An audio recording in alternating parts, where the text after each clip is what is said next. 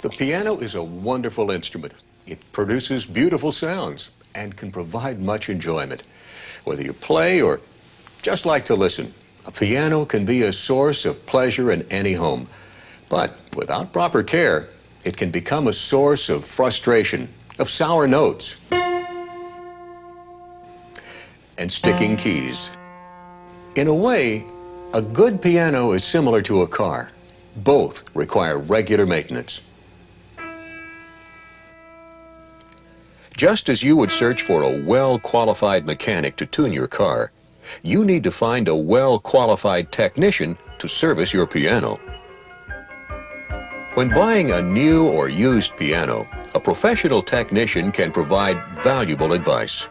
A small fee paid ahead of time can save hundreds or even thousands of dollars that might be invested in a poor piano. From home to schools, to churches or clubs, or in the concert hall, it is the professional piano technician who ensures the piano is capable of producing the highest quality music. It is the professional technician who is the unseen artist in the Guild. Most of the work of these unseen artists is not in the concert hall, but rather in homes like yours and mine. It'll be nice to have the piano in tune again.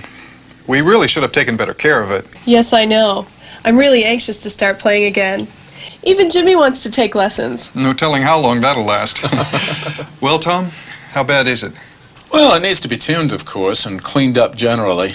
And there's a little trouble with the action, but that can be fixed up pretty easily. One thing you really should do is move it to another location. It's too close to that heating vent.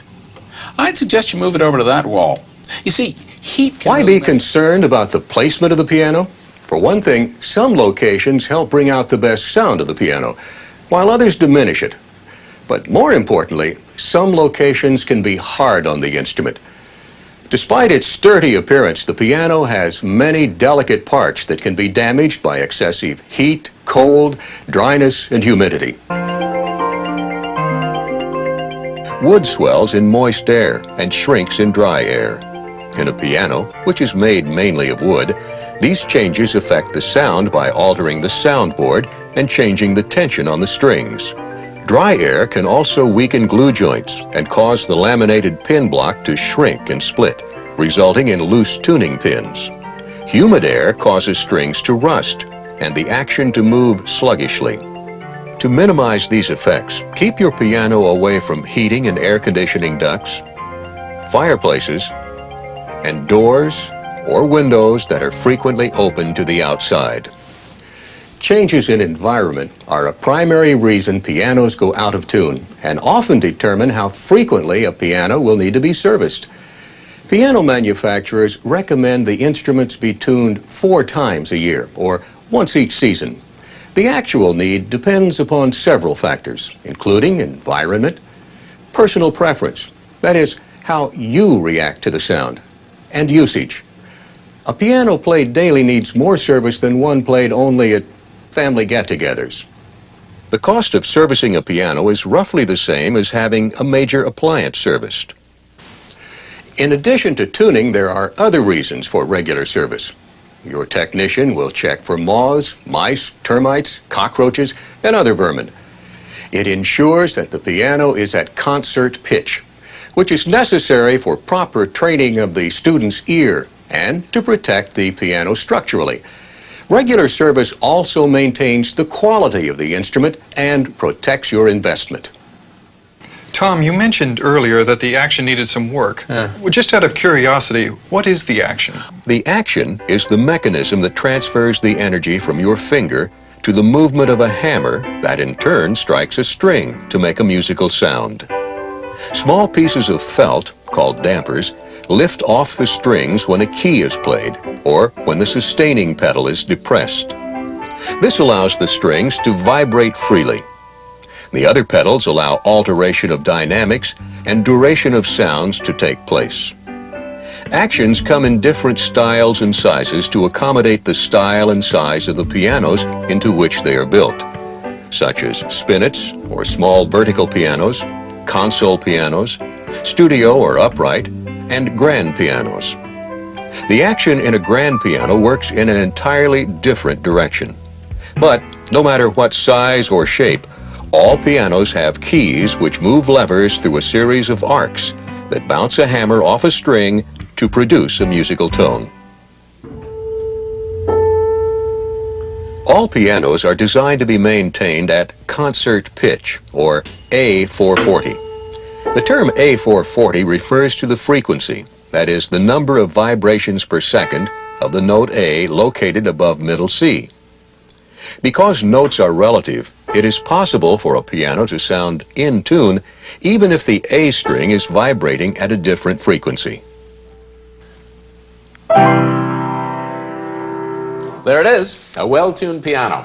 Just what the teacher ordered. Thanks, Tom. It always sounds so much better after you work on it.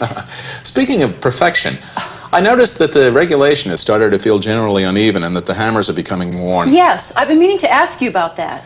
I've checked my records, and it's been a while since I've done any major work. Why don't we schedule a day and I'll do a complete regulation? Great idea.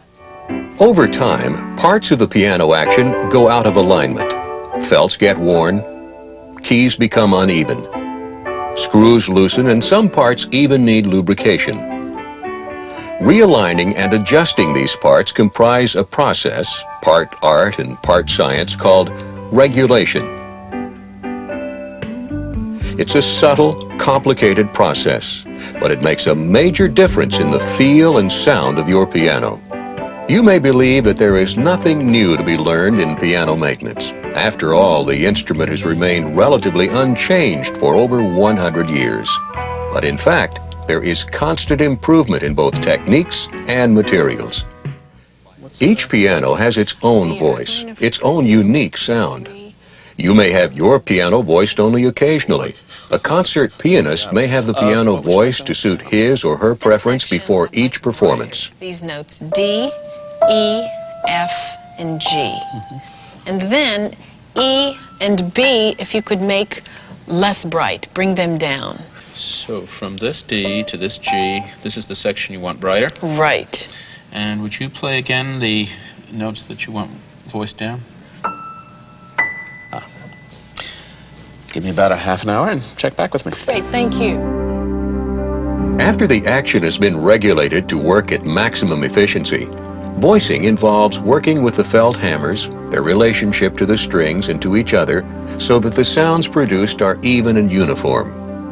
Over time, as the piano is played, the hammers begin to develop grooves in the striking surface, and because all notes do not get played equally, variations in timbre begin to be noticed. Some notes get very harsh, and the piano sounds uneven. The hammers must be shaped to strike all the strings squarely. They must sound the same as their neighbors, neither softer nor louder. They should have a general level of brightness or mellowness of sound, depending on the wishes of the artist. Evenness can be restored by reshaping the hammers to remove the surface grooves. When testing the sound, some notes will still be unsatisfactorily bright. The technician voicer may then work the offending hammers with needles to alter the texture of the felt and sweeten the sound. Occasionally, it may be necessary to brighten some notes, which can be accomplished by polishing the surface with very fine sandpaper or by adding a stiffening solution to the felt. Voicing is the high art of the technician's skills, and it takes time, much practice, and great craftsmanship to do it well.